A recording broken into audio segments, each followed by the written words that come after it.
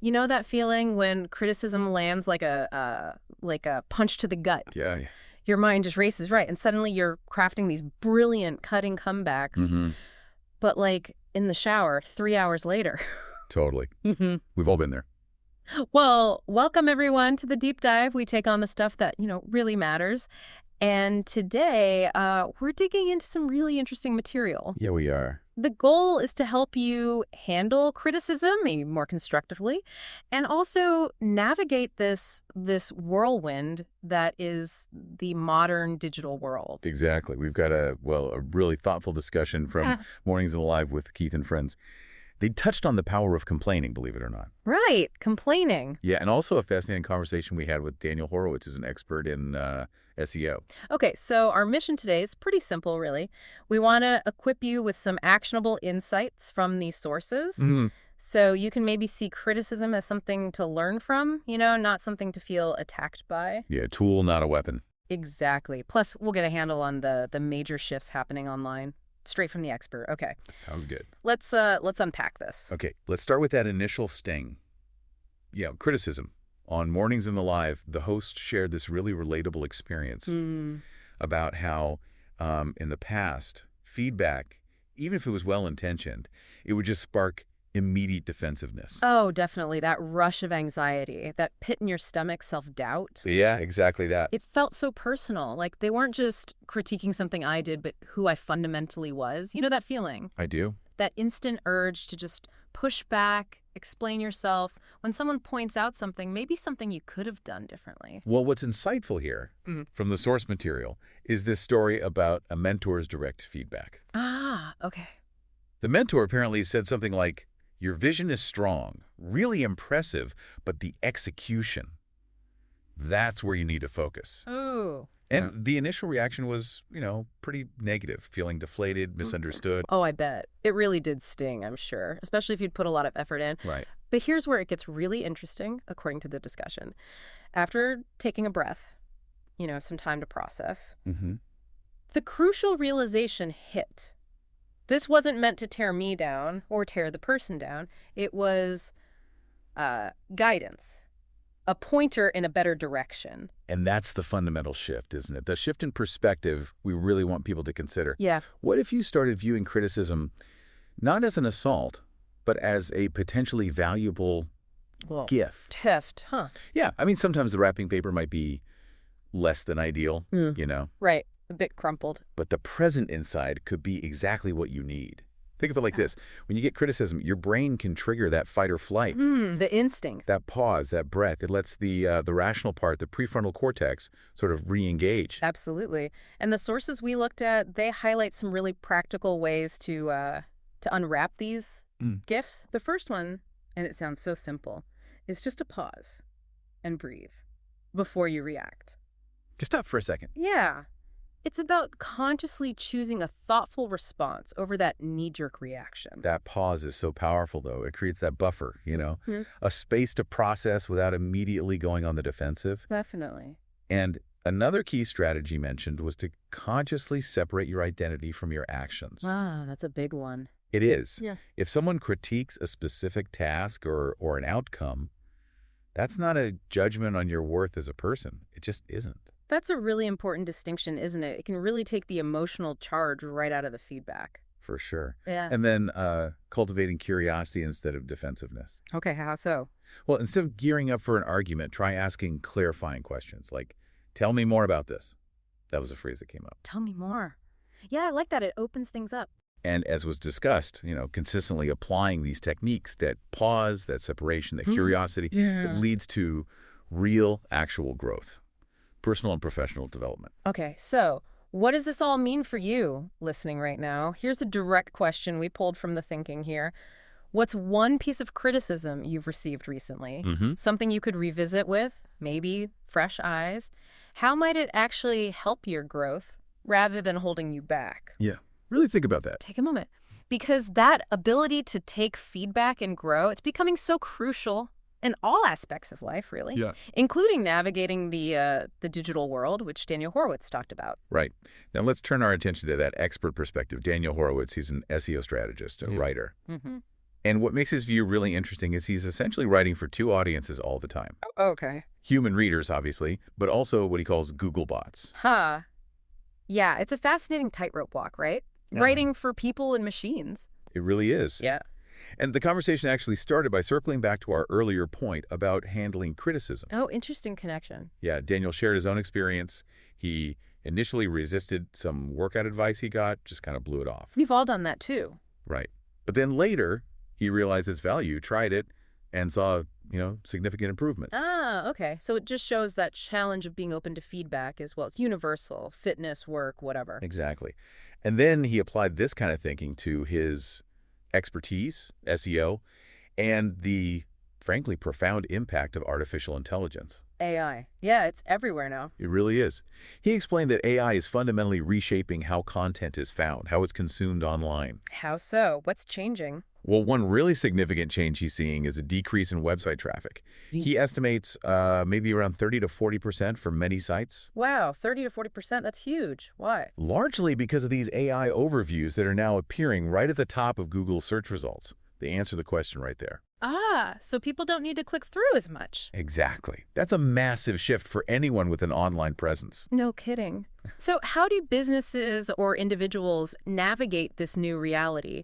What was Daniel's key advice for adapting? His main advice, it really revolves around adapting your content strategy, like fundamentally. Okay.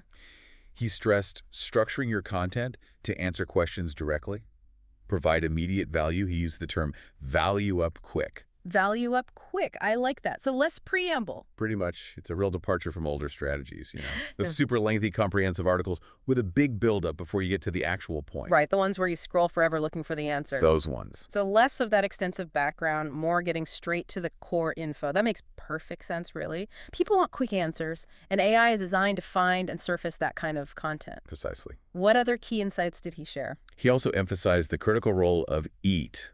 Remember EAT? Vaguely. Experience, expertise, authority, and trust. EAT. Right. EAT. He particularly highlighted showing personal experience and clearly demonstrating your expertise. Okay, like how? Well, for example, if you're writing travel content, don't just list attractions. Share personal stories, your own photos from your trips. That builds trust. Ah, okay. Proof. Yeah, proof. And similarly, getting mentioned in credible online publications, that's often called digital PR, that reinforces your authority. So it's moving beyond just, like, stuffing keywords in. It's about showing you actually know your stuff and have real credibility. Exactly right. He talked about moving away from a purely keyword-centric approach. It's not just about keywords anymore. It's more holistic. This broader strategy needs to factor in AI and also various platforms beyond just your website. Think YouTube, think large language models, LLMs. LLMs, those are the really sophisticated AIs, right? Like ChatGPT? Yeah, exactly. The ones that can understand and generate really human-like text. Yeah. He even mentioned Google's upcoming AI mode, which sounds like it'll essentially be an LLM built right into Google search. Wow. So anyone creating content needs to think much bigger than just Google search rankings now. Consider this whole digital ecosystem. Absolutely. And if we connect this back to the bigger picture for today, it really mirrors that personal journey of learning to accept criticism, doesn't it? How do you mean? Well, just like you need to listen to personal feedback and adjust for growth, businesses need to pay attention to the feedback from algorithms, from the market, and adapt their strategies in this digital landscape. I see. So the underlying principle is the same. Listen to the feedback, whether it's from a person or an algorithm, and adjust. Be open. That's it. That openness to feedback and making adjustments remains so relevant. Okay, so we've looked at reframing criticism personally and adapting to feedback in the digital world. Let's try and tie these ideas together now. Okay. The Mornings in the Live segment, it also touched on complaining without taking any action. Remember that? I do, yeah. The difference between venting and just whining. Right. How does that relate back to handling criticism? Well, I think that's a really insightful connection they made. Complaining without action, it basically keeps you stuck, right? Stuck in the problem. Doesn't solve anything. No. And it's very similar to resisting criticism without any willingness to actually learn or change from it. Ah, okay. Both are unproductive. Exactly. Both approaches just hinder any kind of progress. The hosts over there emphasized focusing on what you can control. Right. Like your reaction. Yeah, whether it's your reaction to critical feedback or your strategic response to big external shifts like AI, focus on your circle of control. That makes complete sense. You can't necessarily control if someone gives you criticism, maybe unsolicited, Go. and you certainly can't stop AI from advancing, but you absolutely can control how you choose to respond, how you adapt. And we see this consistent thread running through all the material, really. Consistency. Consistency, okay. Consistently applying those strategies for handling criticism. The pausing, the reframing, the curiosity that leads to personal growth over time. Right. It's not a one-off fix. No. And similarly, Daniel Horowitz stressed the importance of consistently creating valuable, trustworthy content in this constantly changing digital environment.